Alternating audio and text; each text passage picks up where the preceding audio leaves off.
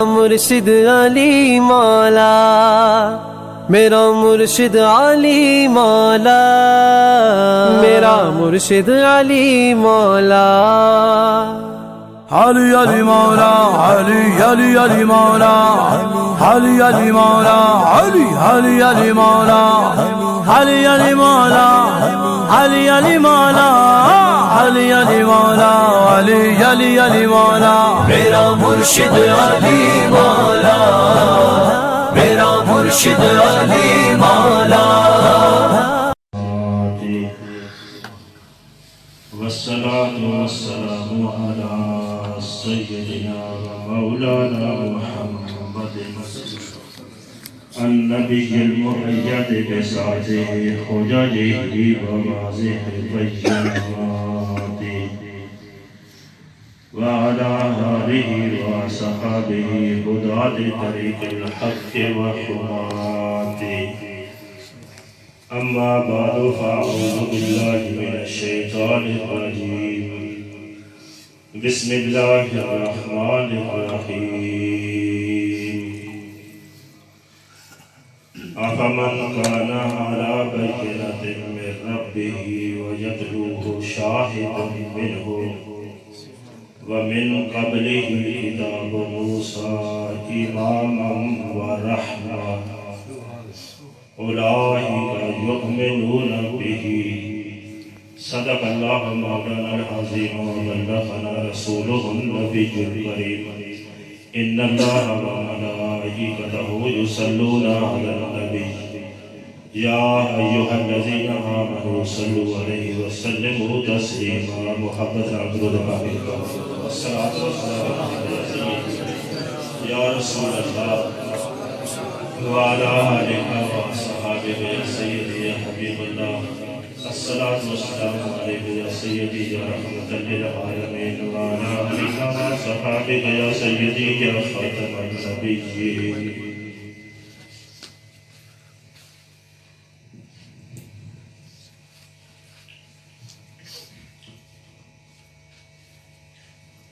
معزز حاضرین، اللہ رب العالمین کی حمد و ثنا اور امام الانبیاء سید المرسلین صلی اللہ علیہ وآلہ وسلم کی بارگاہ اقدس و انور میں درود و سلام پیش کرنے کے بعد جملہ حاضرین سمیت صاحب خانہ برادر مکرم عظیم عالی دین حضرت علامہ مولانا عبد الرزاق احمد قادری مدد اللہ العالی مادامت الایام واللیالی اور ان کے صاحبزادگان کی محنتیں اور مسائل سمیت سب کی حاضری رب کریم اپنی بارگاہ عالیہ میں قبول فرمائے. حضرات، یہ بھی اللہ کا شکر ہے، عموماً ہم لوگ کسی کی میزبانی میں محفلیں کرنا پڑھنا تو جانتے ہیں، اپنے گھر میزبانی کا شرف اللہ پاک نے عطا فرمایا ہے. میں اس پر خصوصی مبارکباد دیتا ہوں. اللہ رب العالمین ایسے علماء اور مشائخ کو جو یہاں آل رسول کا کسی حوالے سے میزبانی کا حق ادا کرتے ہیں تو مولا پاک جنت الفردوس میں آل رسول کی میزبانی میں تمہیں رہنا بسنا نصیب فرمائے. حضرات، علامہ اقبال کے ایک کلام سے میں گفتگو کا آغاز کر رہا ہوں. اقبال نے کہا تھا، تجھے کیا ہوا ہے عشق یہ انداز معشوقانہ، تجھے کیا ہوا ہے عشق یہ انداز معشوقانہ، حسن خود لولا کا کہہ کر تیرا شیدائی ہوا. حسن خود لولا کا کہہ کر تیرا شیدائی ہوا. بغض اصحاب ثلاثہ سے نہیں اقبال کو، بغض اصحاب ثلاثہ سے نہیں اقبال کو دیکھ مگر ایک خارجی سے آ کے مولائی ہوا۔ تو یہ ایک بڑا مضمون تھا جس کو اقبال نے مختصر جملے میں سمو دیا۔ اللہ رب العالمین ہمیں بھی اتباع اسلاف نصیب فرمائے۔ یہاں تک کہ اکابر کو اب اقبال کی وہ بات مجھے یاد آ گیا، وہ ایک مقام پر کہتے ہیں کہ نجف میرا مدینہ ہے۔ نجف اقبال ہے، نجف میرا مدینہ ہے اور مدینہ ہے میرا کعبہ، میں بندہ اور کا ہوں امت شاہ ولایت۔ یعنی یہ تصور اقبال ہے۔ اور انہوں نے دو ٹوک سے پوچھا نا، تو انہوں نے دو ٹوک انداز میں کہا، پوچھتے ہو مذہب اقبال، یہ گناہگار گو ترابی ہے۔ تو بہرحال خدا کی قسم، حضور کا خاندان، حضور کی آل، ان جیسا کائنات میں دوسرا کوئی نہیں۔ بلکہ اگر مجھ سے پوچھے تو یہ محض تفریح یا تحصیل یا خوشامد کے طور پر نہیں، میں تو یہاں تک سمجھتا ہوں کہ ملائکہ میں بھی ایسا خاندان وجود نہیں پایا کسی۔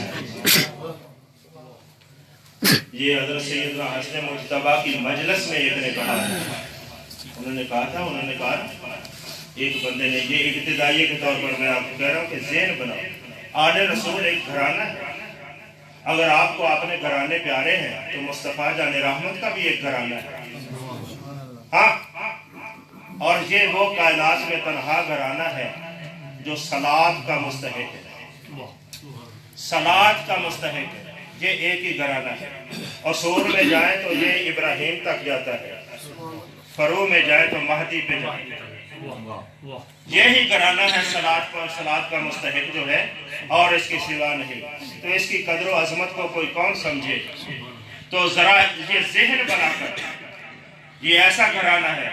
آج تک بے شک بڑی کوششیں بھی کی گئی، بڑے ہتھ کنڈے بھی استعمال کیے گئے، جبری تحکم اور تسلط کو بھی استعمال کیا گیا، مگر آل رسول کی عزت و عظمت میں فرق نہیں آیا، ان کے اپنے پرچے اڑا دیے گئے۔ یہ قدریں ہیں۔ تو وہ میں کہہ رہا تھا کہ وہ کسی نے کہا تھا، مولا حسن کی بارگاہ میں یہ کہا تھا حضرت سیدنا صدیق اکبر کے پوتے سے کہ ہمیں بتاؤ کہ یہ جو بنو ہاشم لوگ ہیں، قریش کے قبیلے، ان کا کوئی درجہ اور مقام مختلف قبیلوں کا۔ مختصر اس نے چند قبیلوں کا نام لیا کہ فلاں قبیلہ جو ہے وہ فنون حرب میں مشہور ہے، کوئی قبیلہ سخاوت میں آگے ہے، کوئی شرافت میں آگے ہے، بنو مخزوم جو ہے وہ فلاں میں کبر و نخوت میں آگے ہے، فلاں فلاں اس نے ذکر کیا۔ وہ جب خاموش ہو گیا نا تو اس بندے نے کہا، اے نا بنو عبد المطلب، کمال ہو گئی، تو نے قریش کے سارے خاندان گن دیے مگر بنو عبد المطلب کا ذکر نہیں کیا۔ اس کا بھی بتاؤ نا، اس کی کیا شان ہے؟ آپ ان کا جو جواب ہے نا وہ سنیں ذرا۔ وہ کہتے ہیں، یا احمدو سالتنی ان بیوت الآدمیین۔ بھائی آن کا تو نے مجھ سے پوچھا ہے لوگوں کے گھرانوں کے بارے میں، تو نے مجھ سے لوگوں کے گھرانے پوچھے ہیں تو میں نے تجھے بتا دیا ہے۔ ان سالتنی ان بیوت الملائکہ، اگر تم مجھ سے سوال کرتا کہ فرشتوں کے گھرانے بتاؤ تو میں کہتا نا اخبرتک انہو افضلہم بنو عبد المطلب فیہم علی بن ابی طالب وفیہم جعفر بن طیار وفیہم سیدنا رسول اللہ۔ سبحان اللہ، سبحان اللہ۔ اگر تو پوچھتا کہ ملائکہ کے گھرانوں کا امتیاز بتاؤ تو پھر میں کہتا کہ سب سے اونچا گھرانہ بنو عبد المطلب کا ہے، جس میں علی بھی ہے، جس میں جعفر طیار بھی ہے، جس میں آمنہ کا لال بھی ہے۔ تو یہ عزت خدا نے دے رکھی ہے، بندوں کی مرہون منت نہیں، خدا نے دی ہے، بندے کی نجات اس میں ہے کہ آل رسول کی دی ہوئی عظمتوں کو سر آنکھوں پہ رکھا۔ خدا کی قسم جن پر مصطفیٰ کو ناز ہوتا ہے، دیکھیں کملی والے کی ہر چھوٹی سی چھوٹی نسبت کا احترام کرنے والے سنی اس مقام پر آ کر سوچ میں کیوں پڑ جاتے ہیں؟ آج تک کون ہوا کائنات میں؟ مجھے بتاؤ۔ دیکھیں سیدنا ابوبکر صدیق حضور نے مسلح دے دیا، سیدنا فاروق اعظم بڑی عظمت بیان کی، یہاں تک بھی کہہ لو مجھے عمر زندہ ہوتا نبی ہوتا فلاں، یعنی یہاں تک مرتبے اور مدارج عمار بن یاسر کو کہا یہ میرا وہ معتمد علیہ ہے جو سر کی چوٹی سے لے کر پاؤں کے ناخنوں تک ایمان سے بھرا ہوا آدمی ہے، وغیرہ وغیرہ اعزاز دیے۔ لیکن کائنات میں کوئی تو بتاؤ جس کو حضور نے نفس رسول کہا، کوئی ایک؟ اور یار فرشتوں میں کوئی نہیں۔ جبریل کو بھی حضور نے اخی کہا، بھائی کہا ہے، نفس رسول نہیں کہا۔ نفس رسول اگر کونین میں کسی کو کہا ہے تو مولا علی کو کہا۔